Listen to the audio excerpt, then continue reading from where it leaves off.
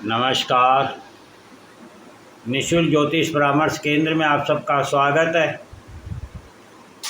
जैसा कि हम अर्थ त्रिकोण को समझ रहे हैं और अर्थ त्रिकोण के 3 भाव होते हैं, दूसरा, छठा और 10वां। हमने दूसरे भाव को समझा कि हमें परिवार कुटुंब किस प्रकार से प्राप्त होता है। जो हमारा कर्म होता है वही हमारे पूर्वजों का कुटुंब बनता है और जो हमारी संतान का कर्म होता है वह हमारा परिवार बनता है और जो हमारे पिता का कर्म होता है वह हमारी संतान का कुटुंब बनता है। इस प्रकार से हमने कर्म को समझा, दूसरे भाव को कुटुंब के परिवार को समझा, 10वां भाव कर्म को समझा। अर्थ त्रिकोण के 3 भाव होते हैं, दूसरा, छठा और 10वां। अब हम छठे भाव को समझते हैं। छठे भाव से ऋण रोग शत्रु को देखा जाता है। अब ये ऋण किस प्रकार से हमारे जीवन में आते हैं इसको समझने का हम प्रयत्न करते हैं। तो जिस प्रकार से हमारे पूर्वजों के जो कर्म हैं वही हमारे ऋण के रूप में हमें प्राप्त होते हैं। तो इसे हम ऋण किस प्रकार से मानते हैं या हमारे ज्योतिषाचार्य हमें क्या कहना चाहते थे इस ऋण के माध्यम से।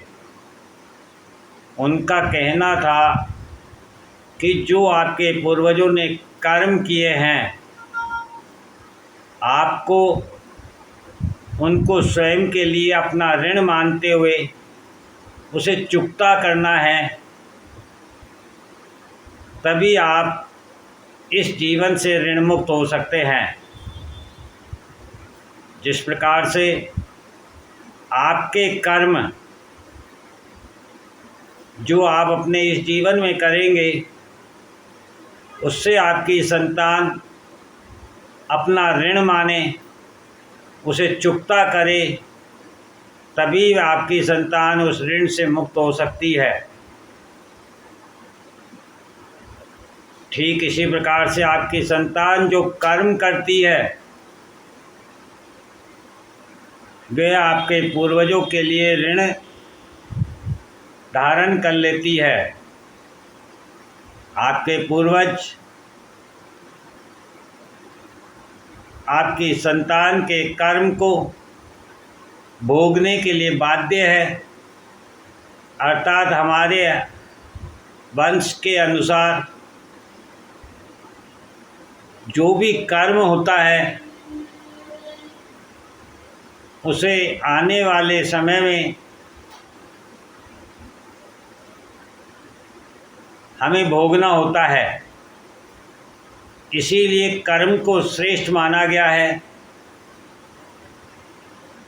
और इसी प्रकार से छठा भाव जो ऋण रोग शत्रु का है, जिसे अर्थ त्रिकोण कहते हैं, तो अर्थ में हमने 3 चीज़ें जानी। सबसे पहले अर्थ में हमें कर्म प्राप्त होता है, कर्म से हमें कुटुंब प्राप्त होता है और कुटुंब से हमें ऋण प्राप्त होता है जो हमें चुकाना होता है।